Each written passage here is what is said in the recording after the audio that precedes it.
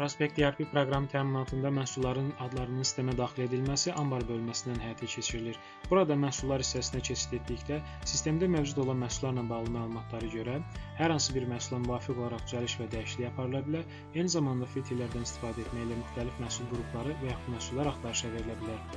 Yeni məhsulu sistemə əlavə etmək üçün sağ tərəfdə yeni məhsul düyməsinə daxil olub, açılan pəncərədə müvafiq olaraq məhsulla bağlı əsas məlumatları, əgər istehsal olunacaq məhsuldursa, o zaman onun tərkib məlumatlarını, yəni bu istehsalata sərf olunacaq xam mal və materialların siyahısını, məhsulla bağlı etiket məlumatlarını, limitləri, vergiyə cəlb olunub olunmamasını və ölçülərlə bağlı məlumatları daxil edirik.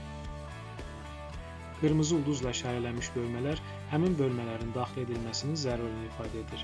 Müvafiq olaraq məlumatlar daxil edildikdən sonra əlavə düyməsi vasitəsilə yadda saxlanılır.